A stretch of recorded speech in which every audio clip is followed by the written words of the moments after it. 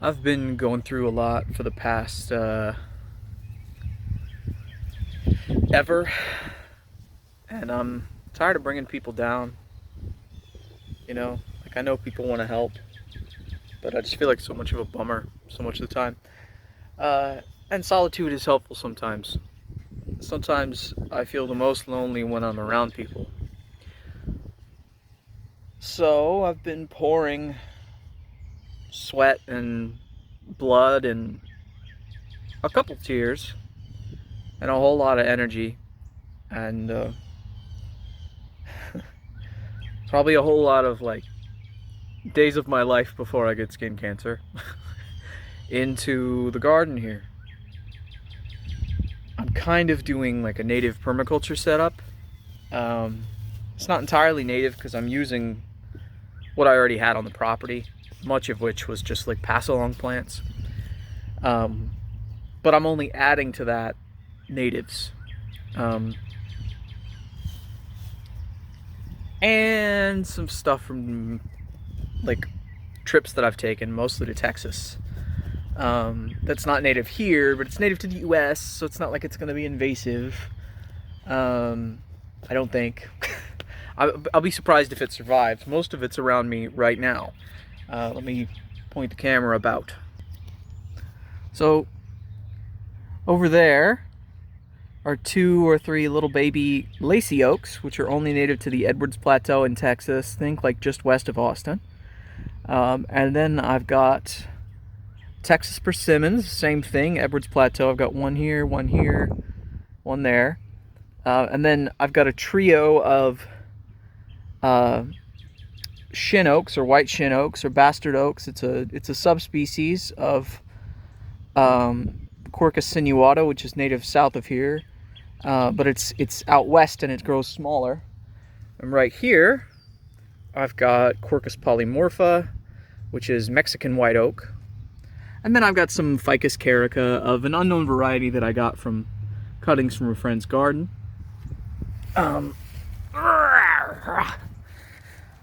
see, a bunch of Chesmanthium latifolium, Hylium autumnale, basically like weedy natives that are pretty and that I'm not worried about. Like if these survive and get big, this stuff can get shaded out and it'll be just fine. Bring it over here, pardon the mess. 3 adults with ADHD live here. ARP rosemary, which is going through a bit of a rough time right now because I have aggressively layered it all around. It grows upright usually, and I've laid every single branch down so that it'll have multiple rooting points so that it's more likely to survive. Because it's one of the hardier varieties of rosemary, I'm given to understand, but rosemary is marginally hardy here. I've seen it growing large in like as close to here as Chattanooga on the Alabama border, but it doesn't generally survive here. Quercus berberidifolia, which basically just means an oak that has barberry-like leaves. It's a little scrub oak from the California coast. It's supposed to be zone 9, but these actually survived for 2 or 3 winters here, which is pretty crazy. A little bit more Texas persimmon coming down. And let's see. This Opuntia, this prickly pear, which is also there, and then there's another pad down here, I ripped out of a pot at the Austin Celtic Music Festival. This Cholla I took cuttings from without asking from someone's property in Lockhart, Texas. And I bought this Opuntia fair and square. I have no idea if this will be hardy here. I kind of doubt it. I think once this gets larger, if I give it enough drainage, the Cholla might make it, because I've seen Cholla growing here. And this is supposed to be a hardy variety, even though it's from out west. So it'll probably just need better drainage than I can give it here. Let's see here. There's a bunch of tadpoles in there, so I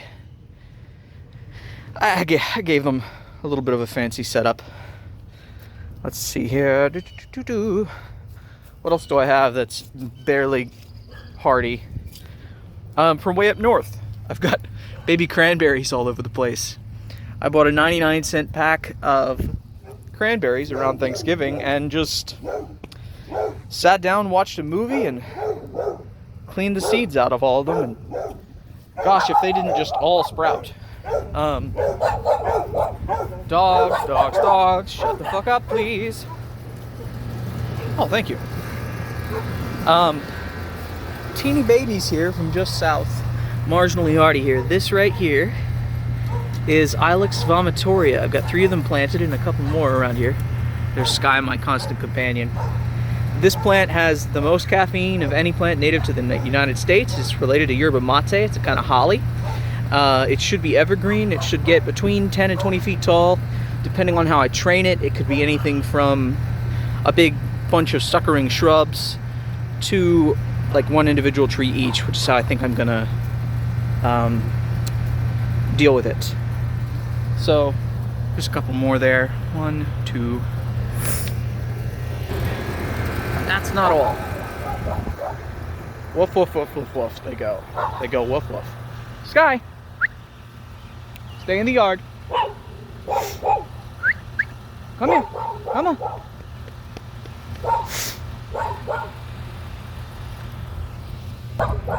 Sky Pupper. Where were you going? Huh? Where were you going? Alright. Almost done. See here. Prunus virginiana. Also called chokecherry. Native a little north of here. Got seeds online. And then these I'm really excited about. This is, I've got 7 spray on it because I had a caterpillar going after it and I can't have that. This is an endangered species of oak called Oglethorpe oak, Quercus oglethorpensis. That's easy to remember. I've got another one planted over there that I had to protect from some kind of mammal that was chewing it.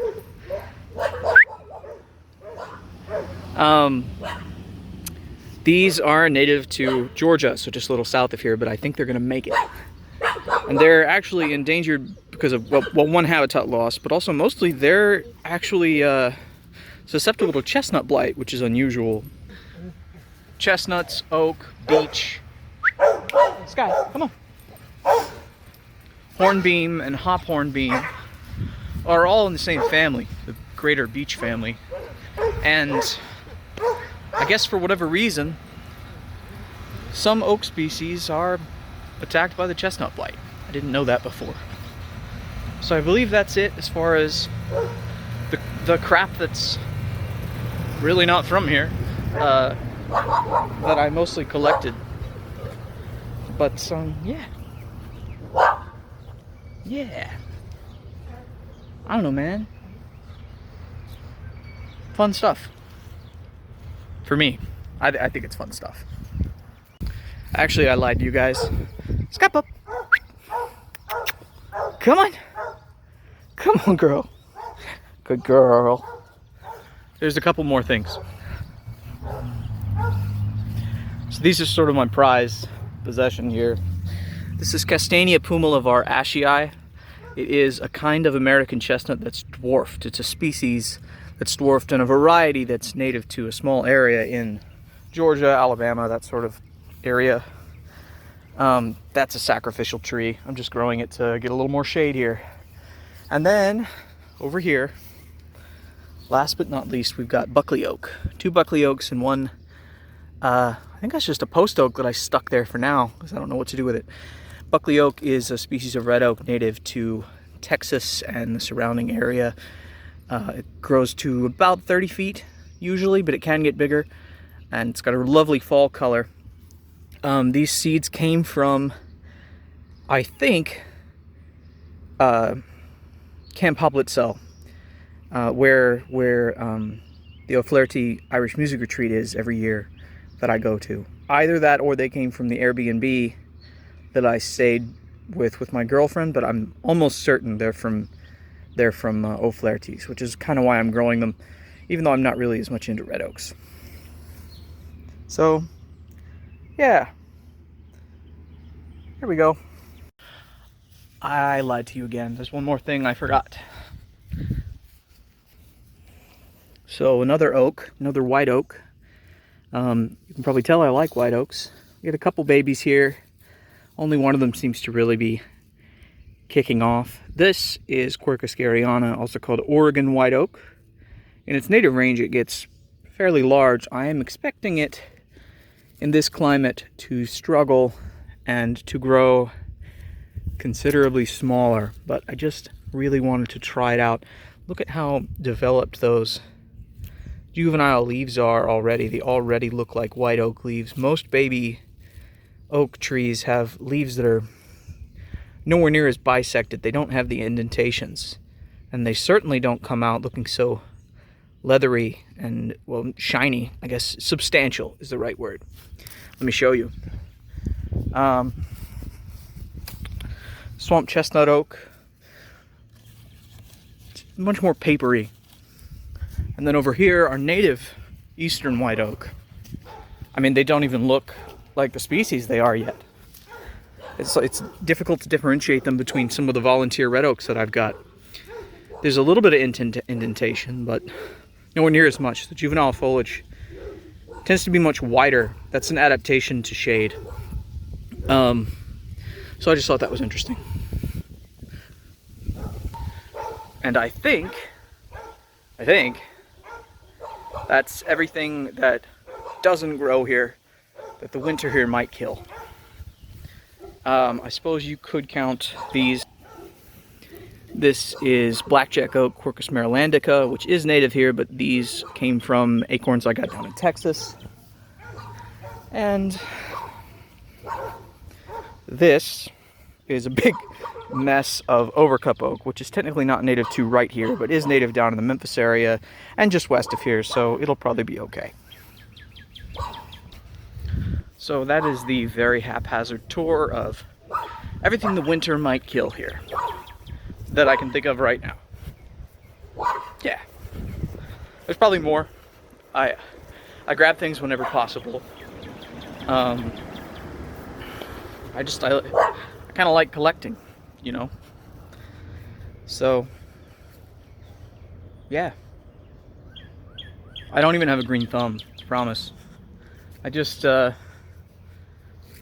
I obsess over it in short periods of time.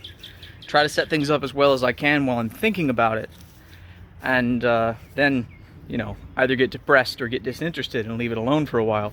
So whatever survives those periods of lack of care is what makes it through. For instance, the Quercus polymorpha, the Mexican white oak, because we're back where I started now. This guy, I can't tell you how many seeds I got over the course of several different trips to Texas, because I was going there, you know, every other year or so around the fall. This is the one that made it and survived a winter or two here, or three actually. So I've just now put it in the ground, though. It was in a pot on that messy porch for a while, so it's a little bit less protected now. We'll see. It's raised up because I've got a really big drainage layer underneath it.